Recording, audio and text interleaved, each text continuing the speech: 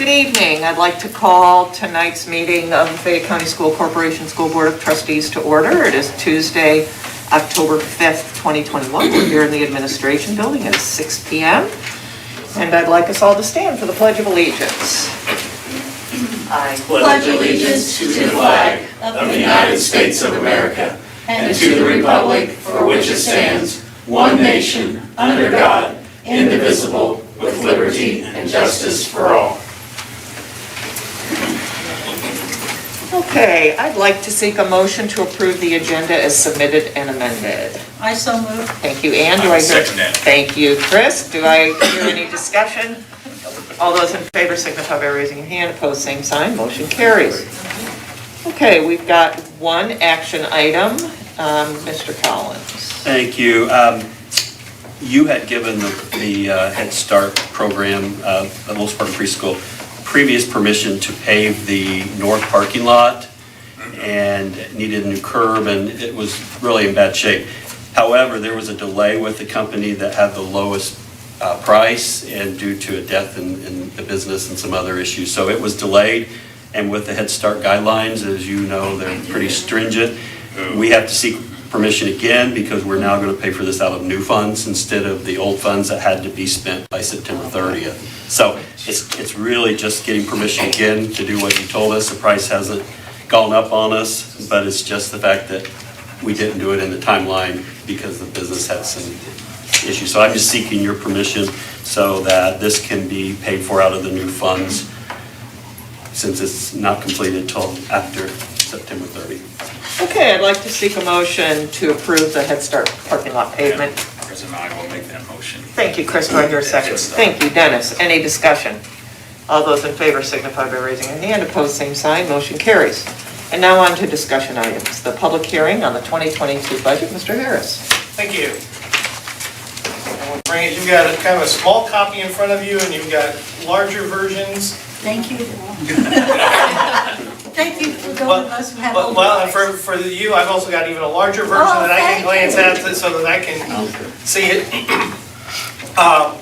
But as the law requires, we have to have a budget hearing and then at least 10 days later, then vote to adopt the budget. So this is our hearing. Both I'm going to present on the budget. Also, I'm going to cover the bus replacement plan as well as the capital projects plan. And we'll talk about all of those briefly here, but you've got an area there to make notes on your papers, but don't hesitate to interrupt me and ask questions as we go along.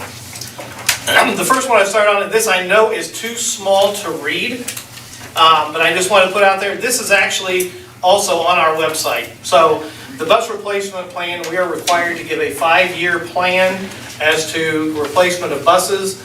Generally, we have replaced buses every 10 years. We are working with transportation to try to stretch that out to 12 years, which will thus lower some of the prices and then move it on out. But this is our current plan. Our plan for the 2022 year right now has allocated $690,000 to replace 7 different vehicles through the year. So that is our bus replacement plan. If we have this bus replacement plan and we don't need to replace the bus, do we roll over that money or do we have to replace it? No, that money would remain in our account and we could use it. Actually, and I'll talk about this later in the whole budget, but at one time we had a separate, if you remember, transportation fund. And then it stayed only in transportation. Transportation has been gone for 3 or 4 years now, since 2019. So it is gone. This money comes out of our operations fund. Thus, if we don't spend the money, it remains in our operations fund for other operational expenses. And before we would have had to transfer, we would have had to do it. Encumber it or hold it, yes. Could we transfer on transportation? Yeah, we had a transportation fund and a bus replacement fund. Yeah. So now this just stays in our operations fund. Okay. And in the last couple of years, we have not expended all the funds that we had earmarked because we've reduced our bus numbers. So I think by 9 now. This year, I think we purchased 4 buses and we traded in 9 buses, I believe, in 2021. Yeah. And I know this isn't the time to ask this question, but since I'm thinking about how we would transfer money in the old days, do we ever transfer money from operations to the rainy day? We Yes. can, yeah. We can? Yes. We are capable of doing this? Yes. Okay. And we'll talk about that. Okay, all right, great. Good question. So how many buses do we in total we actually are using? I think we have, 57 routes? For some reason, that's 6 on my mind.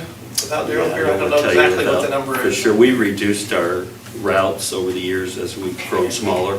And we did, if you recall, that you gave us permission to go ahead and trade in 9 of the 66 passenger buses. They were just sitting there. They were 2009s and maybe a couple of 8s. And we were just paying insurance on them. But we still have a surplus of 5 or 6 buses for backups, the full-size buses. So we get into the ones with the buses for special needs that have lifts on them for wheelchairs, and then also Head Start. We're able to use Head Start funds. We just purchased a couple of those out of Head Start funds. Those are the smaller buses. And then the activity buses, we're due to replace one of those, the small 14 passenger, but it's still in really good shape, so that may be one we get another year out of. So yeah, so the 66 passengers are norm. When we went to the activity buses for the teams, that saved us some money. It gives them flexibility too. A Yeah. lot of them Rather now than like have a driving. bus driver, then we can have the coach drive them. Okay, the next one we also have to place on our website, and it is currently there, but this is our capital projects plans. Used to, we had also a capital projects fund, so some of this is just kind of historically came down. There's not the same need for it as there used to be, and this is just general categories that over the next 3 years, this isn't even for just next year, but we're looking to purchase another vehicle for maintenance. We need another truck up there, pickup type truck, replace at least 1 mower, maybe 2. This year we actually purchased a couple mowers, I believe it's $10,000 to $11,000. So we've got money in there to replace some mowers at some of our buildings. Boilers, some of this is going to be purchased out of operations fund. Some of this will also come out of Esser funds, but still by putting it on the capital projects just shows that we intend to spend some money of a capital nature, meaning anything over $10,000. Boilers in some buildings. We're going to be spending a lot of money just every year with technology equipment. Furniture, we have some definitely furniture needs in some buildings throughout the district. Continue to replace those. Technology for instructional purposes. Probably the larger one, you're going to hear stuff over the next few months, but HVAC in the district, we're looking at boilers, we're looking at air conditioning, we're looking at just general maintenance of the operations and the kind of the intelligence of these systems and all of those kind of things. So we're going to be spending a lot of money over that, or for that over the next few years.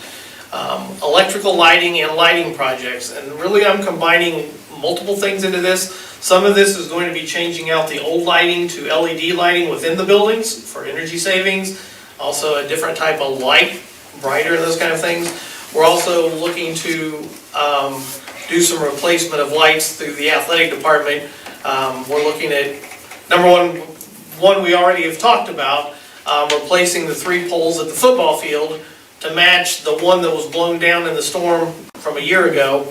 We're also looking at the cost of replacing lights for the baseball field as well as add lights to the soccer field. So over the next year or 2, we'll be looking to replace those lights also.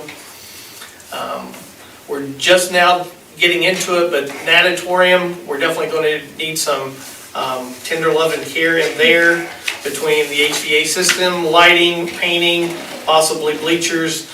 Daryl's getting us some pricing on that as we speak to get some improvements in that area.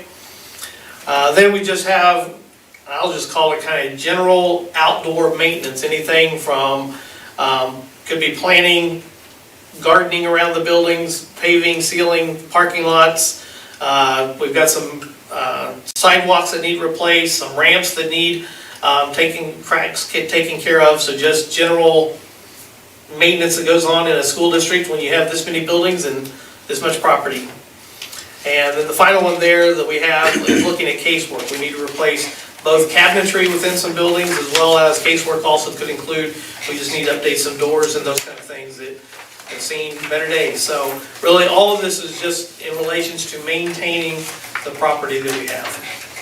Randy, are we going to use some Esser funds for the HVAC, that big number, that 1 million? We are going to be using Esser funds for that, and we're probably going to be using more than that, but yes. Okay. And right now, we have about $1.9 million allocated for HVAC out of Esser funds. Oh, good. So that will be Big help.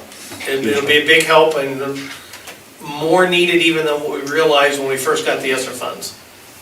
Good. One thing I just want to put out there, he lists an auditorium 50,000. We don't know what else is. That's an old pool. There are some other issues that are maintenance issues that are going to have to be addressed with some of the drains. You can get in some major money when you go cutting into concrete that's that thick. So there's more there. We're going to bring in a pool expert who deals with those to see where we're at. But we could be looking at, remember we talked about keeping our debt level, and as debt rolls off, Randy's going to talk about that, and I don't want to steal his thunder, but I just want, the pool is an area that there are some things that need to be done to keep the life of that pool operational for the next 25 years. It's an old pool. So I just want to put that out there. We may have more costs there, that we may need to do some sort of a general obligation bond as one of our debts rolls off. That may be where we expend a lot of money. When I saw that figure, I thought, we can't be that much. That's painting and Yeah, I was lighting. gonna say, that's It's a pretty basic. basic, but- No, that's why I say, don't be fooled by that, because Okay. we may need to do a loan of some, or a bond of some kind as we roll off our debt and have room to take on some new debt for something that big. Don't know. I mean, there are certainly some other things that need to take place, but that could be more pressing once we get into it. So I just wanted you to be aware. But pools are, the park board, we have problems with the park pool. And we got the numbers just the other night on what it was gonna cost to get that fixed. The Board of Works is not gonna like us. It was about $250,000. And that pool is how old, 12 or 14 years old? Yeah, and it needs a new liner, and it's got a bunch of other stuff wrong with it. So, yeah, Our pool's, what, 4 times that age? 4 times that age, yeah. So it will be an expensive proposition. And the other thing, I may say this multiple times, but as we go through all of this and what we've already seen, this is a budget, this is a plan, but it's also no different than your home budget and plan that right now you may be going, hey, my car is driving real nice, it looks good, and you know, the engine goes out of it here in 2 months and you're thinking, oh great, now I gotta buy a new car. So these are the best laid plans we have now. All I will guarantee you is they are wrong, only because something is going to go a little higher, something we've got too high is gonna go lower. So this is just the budget that is what we go off of, and then we see how things go for the next year. And prices are high, you all know that. Yeah. Just equipment and the lead time on some of the Some of things, it's way out there, yeah. it's just unbelievable. Can't find people to do stuff. I'll be quiet now, Randy. I'm not counting on that, so that's fine. Next one, and a lot of this will be review. We have 4 major funds in the school district: the education fund, operations fund, debt service fund, and rainy day fund. And I'll go into details on each one of the 4 of those and hopefully give you some good details here of things. Starting the budget, really there's 2 main things that affect our entire school budget. One is taxes, and number 2 is enrollment. This gives you both a data side there to show you what our enrollment has been, from 2012 through 2020. Those were the enrollment figures as of September of each of those years. The 2021, whenever I wrote this slide and projection, looking at about 3,075 students total in the school district, we think we're about to wrap that up, even though the date, you may go, well, hold it, the count date was back on September the 17th. We literally have to go through and find some kids, and some kids are claimed by another school district, and we claim some, maybe they weren't ours, and it takes a while to settle it all in, but it will be finalized by the end of this week. The 3,075 is a number I feel comfortable with. And again, I will tell you, it's probably not gonna be exactly 375. It may be a touch higher, maybe a touch lower. So you can, and really the bar graph there beside it, you can just see the gradual decline that we have had for a long time. And if I'd taken the chart back to 2010, 8, etc., it was higher then. This has been going on for 20, 25 years at least. The one I put the asterisk there at the bottom of the chart that shows right now, if I figure my base, there's multiple factors we'll talk about, but the two biggies are, one is there's a base funding from the state, meaning that every kid in the entire state is a certain amount that the state pays us for. That's true. It doesn't matter if you're Connorsville, if you're Rushville, if you're Carmel, IPS, Fort Wayne, it doesn't matter. That figure is constant across the state. Then they add in a complexity index. The complexity index then adds additional funds based on the socioeconomic level of the students within the school district. So, as an example, Connorsville would receive more per student than a Carmel would. IPS would get more than a Connorsville would. We're a pretty impoverished community overall, so we get a pretty good number there. But for every kid that we have, we're going to get a base figure of $6,953. So literally, as we're going through this, and if he keeps the mask on, it will surprise me because Mr. Collins is on this every day. We have to get we got to make sure every kid that's ours, we get counted as ours, because it's almost $7,000. You know, if there's some kid that we have that we leave off, we just left $7,000 on the table for somebody else to claim. So those are the two biggie figures that calculate into all of this. Here is the budget proposal right now. Rainy day fund I'll come back for, and really this is an appropriation of $300,000. Debt service $2,246,550. The education fund $23,249,666. And then the operations fund of $10,017,238 for a grand total of a whole budget estimate of $35,813,554. And this is the amount we advertise and publicize for all of this. Now we'll start getting into the individual funds and talk about some of the specifics there. The main fund we have as far as the education goes in the district is the education fund. The things that come out of there, I try to describe as those things that are specific to the classroom. Teacher salaries, principal salaries, instructional assistants, the secretaries, athletic coaches are paid out of it, student technology, and then building supplies, paper, pencils, books, all of those kind of things. So all of that stuff that really revolves around the classroom comes out of the education fund. Go back to what I talked about, the basic tuition support. That is the bulk of it. My further slides will dig a little deeper into this. But the basic tuition support, that's that approximately $7,000 I talked about. Then we add money coming to us per pupil for honors designation. This is based on the graduation rate and honors diplomas. We get additional money for our special education students. So and the severity of their disability also changes. As you know, a student that is severely disabled, we get more money per that student than we do that may have a learning disability in math or something. So there's about 4 different levels. That comes really mainly from our December 1 count. That special ed, that's the big date for special education. And then the final component of it for us is the money we receive for career and technical education. That grant, and most of that is what then goes into our portion of the Career Center. And other schools are also paying for the Career Center, but part of it comes from those monies from our funds. This is the breakdown in it, and right now, again, we're looking at just the education fund. So the basic grant is about $20 million. You can see on my pie chart there, that blue part is how much out of our education fund is coming from the basic grant. The honors grant is the teeny tiny little kind of brownish reddish little sliver over there that says 76,000. So that again's from our seniors.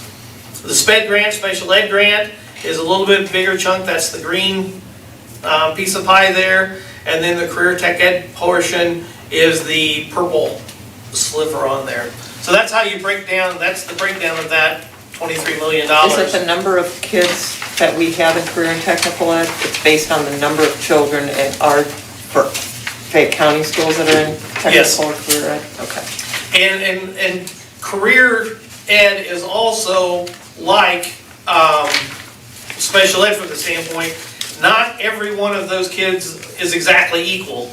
Those places that they've determined are higher needs job areas, we get a higher reimbursement for that student than ones that they don't see as important, basically, to the Indiana economy. So some students we get more, some students we get less, but we do get students for all of those students that are in the Career Center. That was an issue this spring when the legislature was looking at cutting Yes. out, I think, any funding for cosmetology. There were like 3. But even education, they were funding that at a really low level, and that's one of the biggest needs out there Yeah. in the job What market. about the kids that come from the other counties around us? They get money for that too. They do? They get money and they pay us. They pay us. I mean, we're what's called the LEA, the local education agency, so we're kind of the bank, we're the money people for it, so they pay us, but the money goes to them based on their students. They get the money and then we charge them, and the money runs through us just as the LEA for that. We bill them, and then they pay us Yep. from those funds. The next one is just really the same information, all of that on the basic grant is the same, but the chart just looks a little different, showing that in the basic grant, that big pot of the blue part there is 88.28% of the entire education budget. Honors grants only 0.33%, special ed grants 9.13%, the tech ed part is 2.27, so. It says the other question though, that basic grant, knowing we've got 3,000 kids at like 7,000, so that's where that number comes from. But what about the complexity index for poverty? Is that already? The 7,000 is a complexity. So not every school is getting 6953 or Correct. whatever? Okay, that's the number Yes. we're getting. Got it. Every school, I didn't have the breakdown on here. Okay. The very most base part of it is like 59.99 or Thank you, that's what something I wanted. About 6,000. for Okay. every student. And then we get approximately $950, I think it was, somewhere in that range, for the Okay. complexity index. Thank you. So, yep.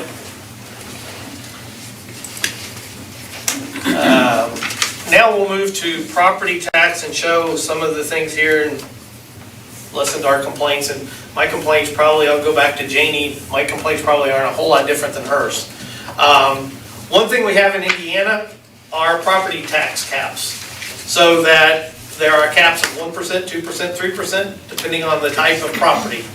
Most of our homeowners, they are capped at 1%, meaning whatever the property value is, determined in their net assessed value, their total local property we can't charge more than 1%. When I say we can't charge, we're talking about all taxing entities. So we're talking about the schools, we're talking about the townships, or the city, or the county, any of those, the library. So the grand total of those, nobody pays more than 1% above their assessed value. They could pay less, but they can't pay more. So over the years, you can see the way, when I talk about circuit breaker, what that means is, let's say my house is a $200,000 house, and all of the taxing entities want to tax me $2,025. Well, the most I can be charged is the 1%. So that $25, I don't have to pay it, which means not that anything's wrong with me. It means the school doesn't get their portion of that the county doesn't get theirs, or the city, or the townships, or whatever it may be. So you can see that over the last 4 years, the tax caps have hit Fayette County schools tremendously. I glanced around at a few other school districts, just random districts around the state. I didn't see anybody hit as hard as what we've been hit. I'm sure there is somebody, but I don't know who it is. So what this means, I'll come back to, but when we're collecting tax dollars, that means there's a certain amount that we say we need or that we've had in the past, and they're saying there's 1.7, almost $1.8 million. You're not going to get it. So you need to cut your budget, or you need to figure out where else you're getting it from. You're not going to get it from local property tax dollars. So that is, you notice really there in 2017, 18, it dropped a little bit in 18, and then since then, 19, 20, 21, it has climbed precipitously over that 4-year period of time. I'm a little confused on that. So it's just a little confusing here, this graph here. That's showing a tax cap. Clarify a little better. It sounds like. This is money we're losing, not money we're gaining. Okay, there you go. So it's increasing the money we're losing, this isn't a good thing, this is a bad thing. Right, but I understand, For the it's schools. for us and the people that are watching, so they can understand this, for the general public. If we didn't Because it is have- very confusing, you're like, oh, you Yeah. get more money. No, you're not. You're getting more taken away from what you have traditionally received. Okay. So we're, as taxpayers, we're paying our property taxes, but the amount that's going to the schools is actually lower. To all taxing To- entities. to all- If you're capped out, again, you may have, as an example, you may have, let's say, a $100,000 property, and maybe your tax on that $100,000 property is $800. Well, you're gonna pay the full $800. Right, exactly. But if you have a $100,000 property and your tax on that is $1,100, that $100, that $1,000, or that $100 beyond the tax cap of 1%, you will not pay that. You will just pay the $1,000. And the 1,795,570 is those, That's the cumulative of what That's- people do not have to pay. So That's how much as we're our losing. assessed valuation goes down on our houses and what we pay on them, yeah. You'll pay less. And I just did an unofficial study. You can look up under, I think it's GIS, but you can look and see what everybody's paying on the property taxes, right? There are so many homes, and this isn't a knock on anyone in the assessor's office, that are so undertaxed. When you look at $300,000 and $400,000 homes that are paying $1,200, $1,400 a year. And so that's part of our issue too, is we're not getting the full assessed value a lot of times. These homes are not being assessed. And Laura, you probably see that all the time as a realtor, where that home's probably a $200,000 home and they're paying less than $1,000 on it. So, and that's a hard task to keep up. I mean, that's probably an impossible task for the county to keep up, but that hurts us, but that's $1.8 million. is that the assessor's office job that they determine that? And people appeal it too a lot. We have a lot of appeals and that, no one wants to pay more than they have to for tax. I get that, but But some people are It's a hard paying thing way to under fix. than what their property's got. Yeah, I think I'm on the opposite side of that statement. Yeah, me too. Paying more than what? Yes. Depends on if you live in the city or the county. And that it can, So this changed prior to 2012. Did we get all that? That's what changed in 2012. Yes, that's when the tax caps were enacted by the legislature. Right. which is good for homeowners and business owners, and that's a positive, Yeah. but it's an impact on what we could have had under the old system. Now, Good politics. It is, Yeah. yeah, it is. now let me give the good slide. Scott and I, we talked about this earlier in the week, and I haven't brought it up to him again because I tried to hide it, but he may have seen it already. I did. Here is what the net assessed valuation of the entire county is. So if you add everybody's house, if you add everybody's farmland, if you just have an acre of land around your house, if you have a business, if you have a factory, whatever it may be, this more or less is the total worth of Fayette County when you add it all together. So the good side of this one is you can see that pretty much from 2021 backwards to back to 2016, it's been pretty flat. It's been right there about $700 million.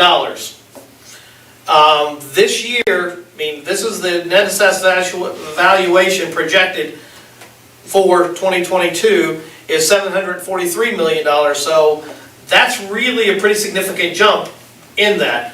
Now, sometimes I want to go back to my teaching days, and I wish there was a big whiteboard up there behind Mark and I could go up there and scribble and scratch on it. Let's go back to that, and we'll just keep the number simple at that $100,000 figure. If I had a house that's $100,000 and I was at the tax cap, even though I owe $1,100, and I only have to pay $1,000 because I'm capped out. Clear? Now let's say they come back in and they reassess my house, and now it's reassessed at $120,000. I'd love it to go up 20% 1 year, probably not gonna happen. But let's say they reassess my house, that it gained in valuation to $120,000. Now my $1,100, I'm gonna pay that full $1,100 because that then puts me under the 1% tax cap. So as that net assessed valuation goes up, likewise that 1% goes up. This is the gross figure in the county, but that applies to every single person that owns property in the county, whether it's a residential property, whether it's an office property, whether it's farmland, whatever it may be. When the net assessed valuation goes up, likewise that percent, the percent can stay the same, but the real dollar figure is going to climb with that. What about tax abatements? We passed out a lot of those back in the day, property tax abatements to various manufacturers and on the property that they promised to give us jobs and all this good kinds of stuff.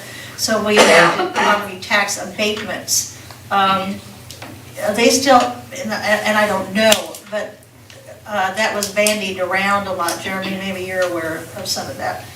Are we still in that mode? Because that's $36 million, and that's a lot of money to have jump in 1 year. But if you're going to start taxing some of this commercial property that you've not taxed for a long time, it's not going to take a whole lot of time to make up some of that. I'm just wondering if some of the abatements you get there for so many years, as I understood them, 5 years or 10 years, or whether or not this would have any impact on it or not. Yeah, I think more this jump, I'm not an expert in that, but the real estate prices, just look at all the homes that have sold and the increased value that people have. Yeah. It's been significant, hasn't it? Yeah. Well, I mean, Lori, you've been living it, but you She look at likes that. it. Yeah, it's been a good year for real estate, but, I think that's a big part. But I knew we had a TIF district, the old Vistion plant that they gave to, Santana Lake, yeah. no, they closed, and then now it's Click Studio. Oh, the cabinet. Right, Wayzata received that. I'm not for sure of others off the top of my head. I'm sure there are other TIF districts. Yeah, that are I don't out think there. we have that, but I think we have some other abatements with that. I think that's the only identified one right now. So, but yeah, Just curious, Yeah. It's nice to want the economic impact, but when you look at the overall impact of what it does on how it affects the schools and everything else, It's a two-edged sword. Yeah. It's good and it's bad. Yeah. you're right. Okay, next, and really now all this leads into the debt service fund. This is of all of the funds, I would tell you, as far as Indianapolis goes and as well as our legislators, this is pretty much as sacred as you get to take care of the debt service. Debt service, I think of it again in home terms, this is our mortgages. You can see that during 2022, we will be paying a little over $1 million for the middle school bond. That's the one that we refinanced back earlier this year. We still have a general obligation bond of 2017 that we're going to be paying almost $400,000 on. That bond will pay off when we pay it in January.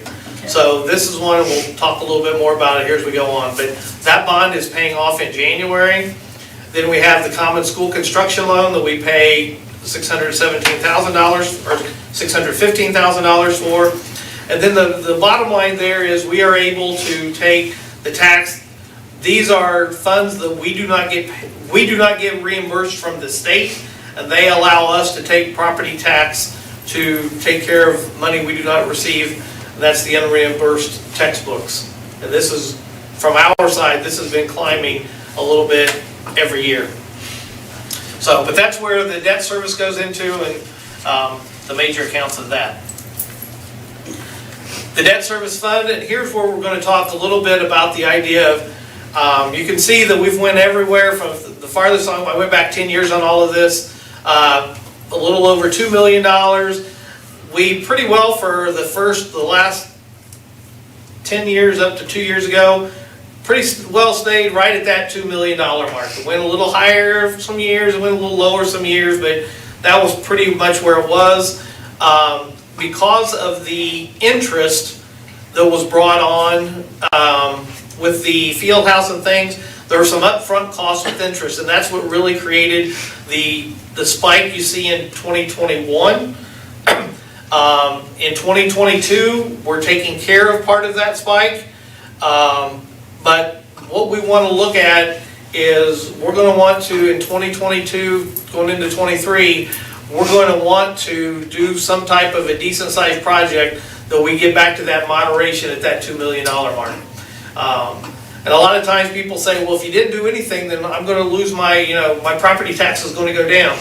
What I would tell you is also in the climate that not the climate we're in, but in the environment that we're in, I guess, if all of a sudden, let's say we dropped our tax rate to 0. Well, now the city, the county, the townships, and all of that also have tax caps on them, they're going to get their full amounts, and the local property tax, the local taxpayer isn't going to see necessarily a savings from us going down, because if they're above the tax cap, it's just going to be eaten up by one of the other entities that are out there.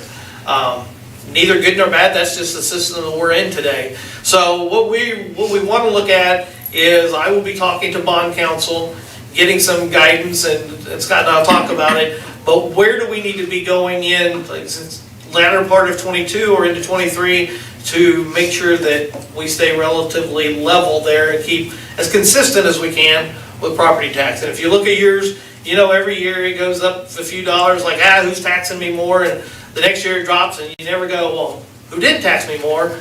It's just kind of the ebb and flow of property tax. Usually not a lot, but it's never exactly the same amount year after year. This is just one I actually stole from another school district, but other than the debt service fund, again, that debt service fund, you can pretty well think the money that's going to go in there is going to stay in there, except for going out to pay our debt service payments.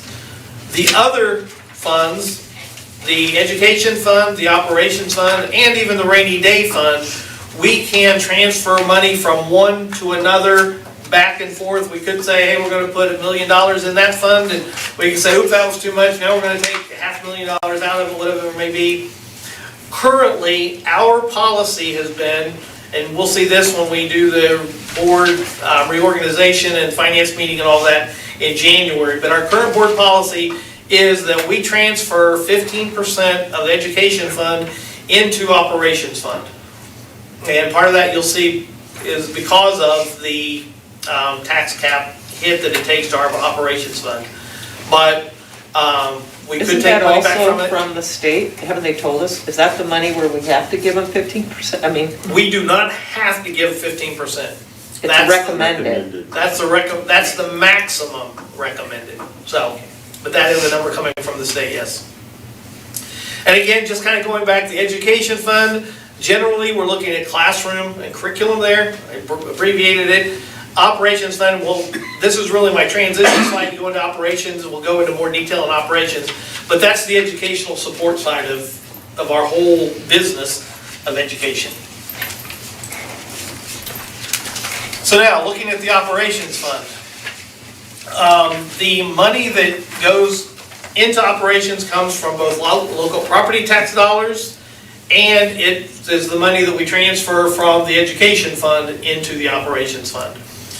We have an advertised amount in the operations fund of $10 million, And the anticipated amount that we're going to get is going to be just over $8 million, because that's the difference between what we advertise and what we're going to be cut because of the circuit breaker.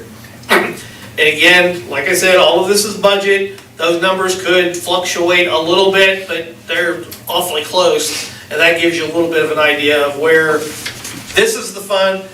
If we didn't have any money for operations fund from local property taxes because of our tax caps, as long as we pay debt service, the state doesn't get it. This is the fund that takes the biggest hit because of the tax caps. Here generally, there's just a lot of stuff paid out of the operations fund.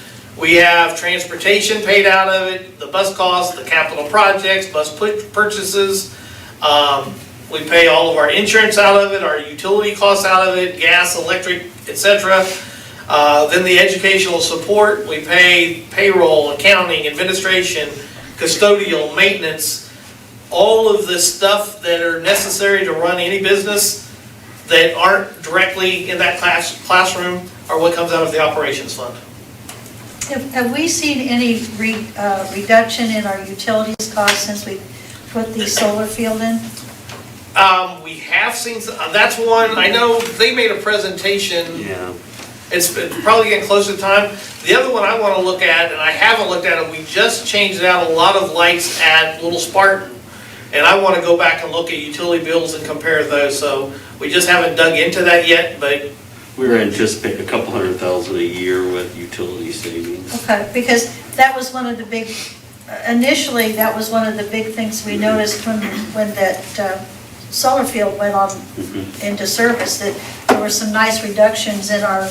And we're still seeing those, plus we're seeing where we put the LED lighting in, those are significant savings. So eventually our goal is all of our buildings to have the LED lighting, which will be a big savings too. Just takes time. So we're doing our best to reduce some of those costs. Yep. Now we'll transition to rainy day fund. This is one really, and it is to put money in to save for projects. It's sort of a savings account. There is no tax fund specifically to rainy day fund. The rainy day fund receives its monies as a transfer from either operations into rainy day or from the education fund into rainy day. Has the same appropriation process as other funds. Really, that's kind of it.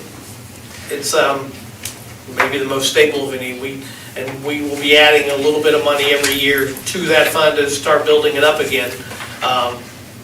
Again, for a rainy day, whenever that may be. Hopefully it's a long day from now, long way from now, but who knows. Then I've just got kind of a summary and comments. I'll take any other questions that the board members have. Not part of our normal budget process, but we've already talked at board meetings, the Esser funds between the original Esser fund and then the Esser 2 and Esser 3. We're going to be spending those out over the next 3 years, so it's not just a one hit here by the end of December. The debt stabilization, I talked about that. We're going to want to look at what are some real needs we have that we need to borrow money for to keep that tax rate flat going forward. What kind of projects we need, and then just another one, the teacher contract.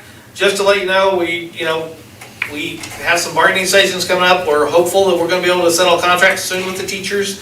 But a couple things that you may want to know that are changing this year. One is that the state is pretty well mandated that by next year you'll have a base salary level of teachers of $40,000. So we're looking at how do we address that. And then the other one is the state is wanting every school district to spend 45% of their educational fund dollars specifically on teacher contract or teacher salary items. That doesn't include any benefits. I mean, insurance cost of taxes, FICA, our long-term disability we pay, The teacher retirement fund we pay money into. And also None of not that all counts as teachers, part of the 45%. like not SLPs, not, right? So Correct. certain. Classroom teachers. Classroom teacher, building principal does not count. An instructional assistant that may be in the classroom as much as a teacher does not count.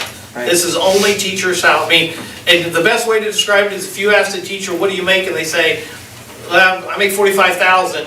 That's the cost that takes out that 45%. The teacher may not realize how much we pay for insurance or, again, teacher retirement or FICA, all of the federal taxes. They don't understand, they just don't know about the matches there. So you just say, what do you make? That's really the cost that the state's counting into that 45%. And there's guidance counselors, nothing on that.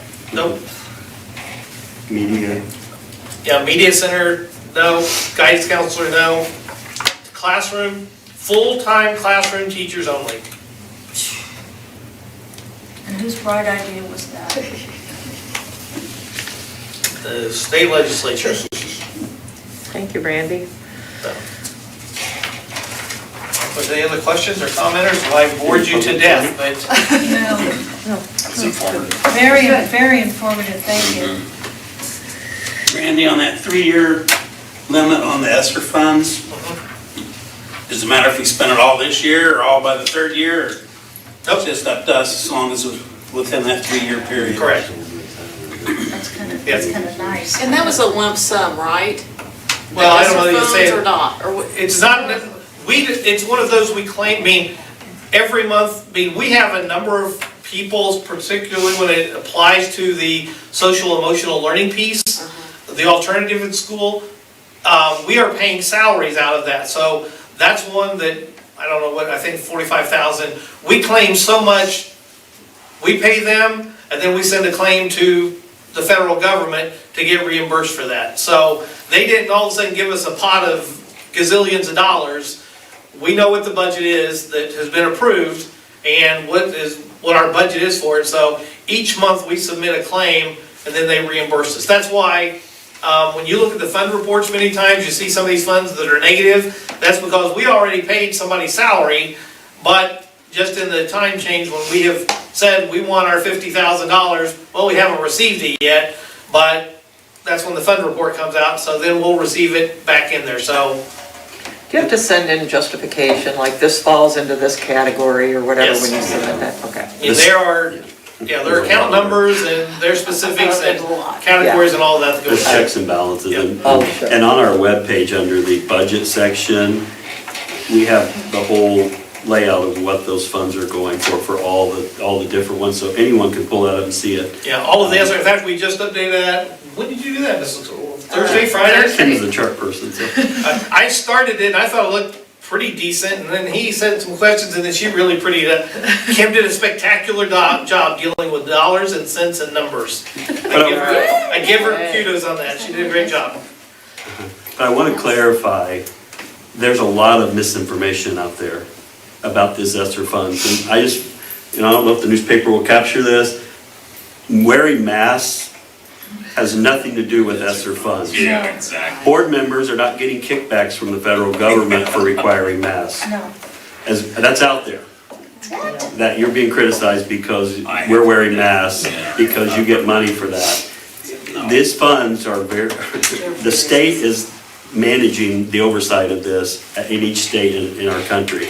And we have very strict guidelines as to what they can be used on, like HVAC. We have a lot of old systems that need better filtration and better air movement. We can spend that, but we had to get that approved. And we're gonna have to go through the bid process and quotes and everything, follow the State Board of Accounts. But I just think there's a lot, we're not getting more. What we got was what we got, and it's all laid out there on our webpage. You can see all the different categories of where we're And spending. there are strings attached to all of those. Very Yeah. stringent strings attached, but there's no money for any of these COVID measures that the governor has mandated or that we're following. That's just, I've heard it from multiple people, that they think that there's more money tied to this, and there's not. Well, The and if money's we- there. And if we follow what we're supposed to do, then if we don't, somehow we'll get punished and we won't get the money. No, the money's already approved and there, no one's taking the money away from us. every school district in America received these funds. And, you know, the alternative school is a huge piece where, you know, helping kids catch up. We're Yeah. spending a significant portion of money on extra remediation, support, and help. And then that social, emotional piece, that is really truly helping with more guidance counseling, more social workers, more mental health things. It doesn't have anything to do with CRT or any of the other things that you're hearing out there in the press. It's truly to help support our kids. And a lot of our kids are hurting and going through tough times, as a lot of our adults are. Well, and this is the hidden issue with the pandemic. These are the issues that are just showing up as we try to reintegrate into a more quote normal thing. And there's been a lot of trauma on so many people, and we can't expect the kids to come back and function the way they did prior because they've been through too much as adults have. So to spend the money to help those kids readapt to the new normal only makes sense. Our second graders have not had a normal school year. No. You think about it, their kindergarten year, everybody went home in March. Their first grade year, well, you know, that was last year, and now we're still living under challenges with COVID. So our second graders don't know what a normal school year feels like yet, and I'm hoping we can get to that point soon. But it's just something, I saw that in some kind of a tweet. It's like, wow, you know, you think about it, these kids don't really know what normal. Well, and kids in IPS, it's worse. Some of They them missed all are last still year. not back in school or on a hybrid type situation. It's gonna get better. It is. Yeah, it is Yeah, getting better. so- It's yeah. getting It's gonna get better. better. It will. It is. And I appreciate our staff, from our bus drivers to our custodians to our teachers, our administrators. Everybody's rolled up their sleeves and said, we're gonna get this done. You know, I look at Terry back here on the lip that he had with his department on getting us to where we are technology-wise. So there's a lot of unsung heroes out there that, and not just in education, but, you know, we've got a lot of people who are just doing a lot of things people don't know about and supporting our kids, so, And our kids are in school. yeah. So, Anything else on the 2022 budget? Next discussion item is the 2022-2024 capital projects plan. This is, we've went through all of that, that was our first, so Oh, that was- we are all the way through. Yes, and the bus replacement, okay, you Yep. just did it, we just did it out, it was all We together. just went out of order. We went Yeah. out of order. Okay, so at this time, if there's anyone who has public comments on the budget hearing, but seeing none, any further discussion on anything? In that case, I'm going to seek a motion to adjourn. Mr. Hunt, I wonder who's gonna do that? You know, Madam President, I will go out on that limb and seek a motion to adjourn this meeting. Well, I really appreciate that. Do I hear a second? I'll do that. I'll do that this time. All right, any discussion? All those in favor signify by raising your hand, opposed, same sign. Second.